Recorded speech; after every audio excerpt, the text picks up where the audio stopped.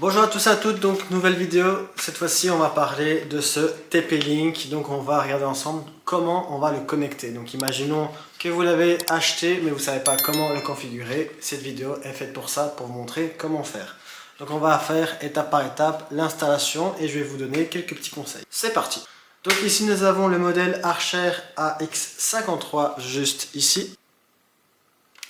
Donc voilà, et c'est celui-ci que nous allons configurer. C'est parti.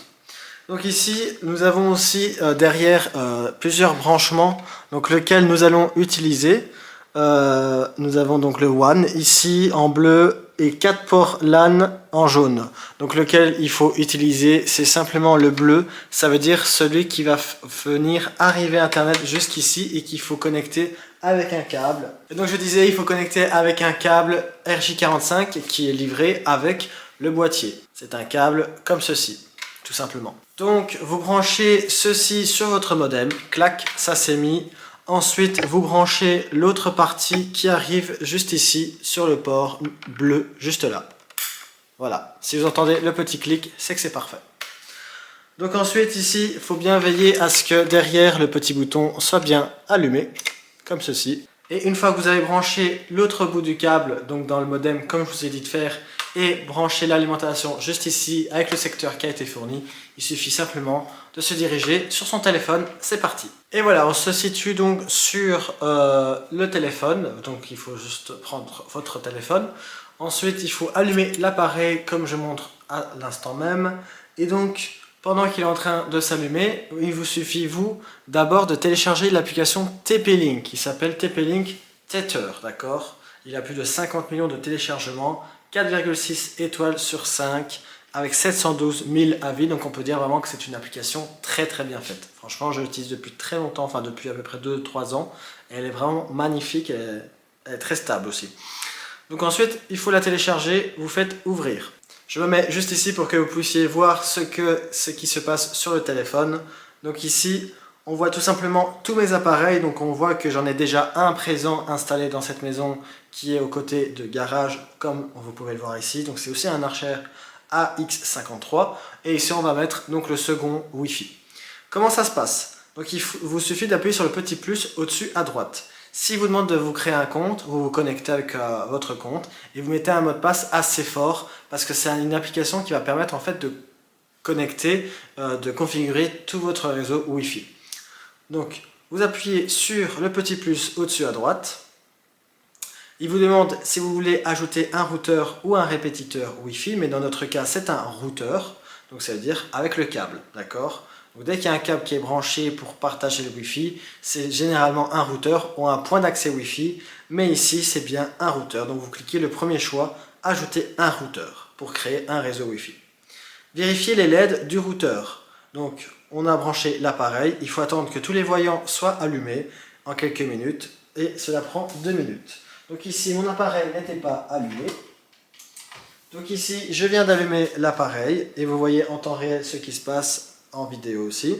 Et donc là, on va juste attendre à peu près 2-3 minutes, le temps que toutes les LED vertes restent fixes. C'est-à-dire que s'il y a une LED qui clignote, c'est pas bon, il faut attendre vraiment que la LED soit fixe. S'il y a une LED qui est éteinte, c'est pas grave. Il faut simplement en fait que la LED Power, qui se situe tout à gauche, reste fixe. Quoi qu'il en soit, s'il y a trop d'informations, retenez qu'il faut il faut pas qu'il y ait de LED clignotante, il faut juste une LED fixe. Actuellement, c'est toujours en train de clignoter, donc on attend un petit peu. La LED, il y a 2 LED qui se sont rajoutées, c'est la LED Wi-Fi 2,4 et 5 GHz. Si vous voulez plus d'explications par rapport à ces 2 bandes fréquences et à quel moment les utiliser et comment bien les configurer, je vous redirige vers une autre vidéo qui va vous permettre en fait de configurer cette partie-là. Mais c'est un peu plus poussé, mais c'est très utile pour configurer proprement votre réseau. En attendant que le routeur s'allume, je vous invite simplement à mettre un petit like déjà sur cette vidéo, à vous abonner parce qu'il y a plein de tutos rapides et faciles pour votre maison et gratuitement sur toute cette chaîne. Donc je partage toutes mes connaissances en informatique. Donc allez-y, bombardez les likes et l'abonnement. Et si vous avez peut-être un problème chez vous en termes d'informatique, vous pouvez mettre en commentaire et je vous expliquerai en vidéo comment résoudre ce problème.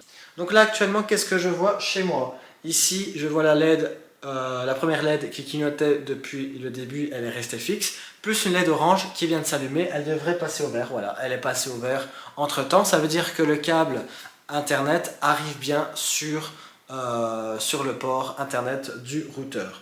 Donc ici on revient sur notre téléphone. Donc ici on peut dire que les LED sont bien fixes. Ensuite il propose de scanner le code QR qui se situe derrière. Il faut activer la caméra et donc scanner à l'arrière du routeur. Donc on active la caméra pour scanner et on fait lorsqu'on utilise l'application. Ensuite ici nous avons donc le routeur qui est juste ici, on se retrouve sur notre téléphone et juste derrière vous avez en fait le code QR. D'accord. Une fois qu'il a scanné, il demande si on souhaite rejoindre le Wi-Fi, donc il s'appelle bien TP-Link AC5C. Le nom changera, il est aléatoire ce nom, d'accord. Donc le TP-Link est par défaut sur cet appareil est toujours le même, mais si vous avez un DBE ou autre, c'est tout à fait normal. Il ne faut pas s'attendre à avoir exactement le même résultat que moi. Donc ici vous pouvez faire OK pour rejoindre le réseau. Il recherche donc l'appareil. Il me redemande si je souhaite me connecter à ce réseau. Je fais oui. La connexion est en cours et au-dessus à droite, on voit bien que je passe en Wi-Fi. Il demande de définir un mot de passe de l'appareil. Très important, il ne faut jamais l'oublier parce que sinon il faudra réinitialiser le routeur si vous avez oublié pour appliquer des modifications par exemple. Chose qu'on va regarder ensemble dans une prochaine vidéo. Comment modifier quelques paramètres très pratiques. Donc ici, je mets mon mot de passe que j'ai préalablement choisi et qui est dans mon bloc-notes, par exemple de Google. Hop, je valide, je fais suivant, tout simplement. Donc bien faire attention qu'il soit en mode un peu fort, ça c'est pratique. De bien mettre le mot de passe, exactement le même mot de passe dans les deux champs, tout simplement. Il y a un petit chargement qui se passe avec la petite maison qui s'actualise. Et dans les 5 prochaines secondes, on verra simplement notre appareil qui sera en plus dans le réseau. Ah, petit point encore, il faut juste vérifier quelques paramètres, vous allez voir, c'est pas très facile, c'est pas très difficile, je veux dire, tout simplement. Donc il faut connecter l'appareil à Internet, mais bon, comme vous voyez, l'appareil est bien connecté à Internet, c'est juste pour qu'ils vérifient ensemble que tout se passe bien. Donc, même si vous ne savez pas de quoi il s'agit, IP dynamique, etc., vous laissez tel quel, vous faites juste suivant. Il propose de créer maintenant le réseau Wi-Fi. Donc pour cet exemple, j'ai mis ce nom de Wi-Fi plus ce mot de passe, que je vais juste après changer. Donc je l'ai appelé YouTube et YouTube est mon mot de passe tout simplement. Donc là vous mettez exactement le vôtre, vous mettez votre nom de Wi-Fi que vous voulez apporter, par exemple votre prénom, le nom de votre chat, tout ce que vous voulez, vous mettez la maison que vous voulez, enfin le nom que vous voulez. Ensuite le mot de passe, attention de bien mettre un mot de passe très sécurisé, parce que là il est juste en mode fort, mais il faut qu'il soit bien très sécurisé, parce que vous n'allez pas changer ce mot de passe tous les ans, d'accord. Donc il faut bien être en mode très sécurisé pour protéger au maximum votre réseau.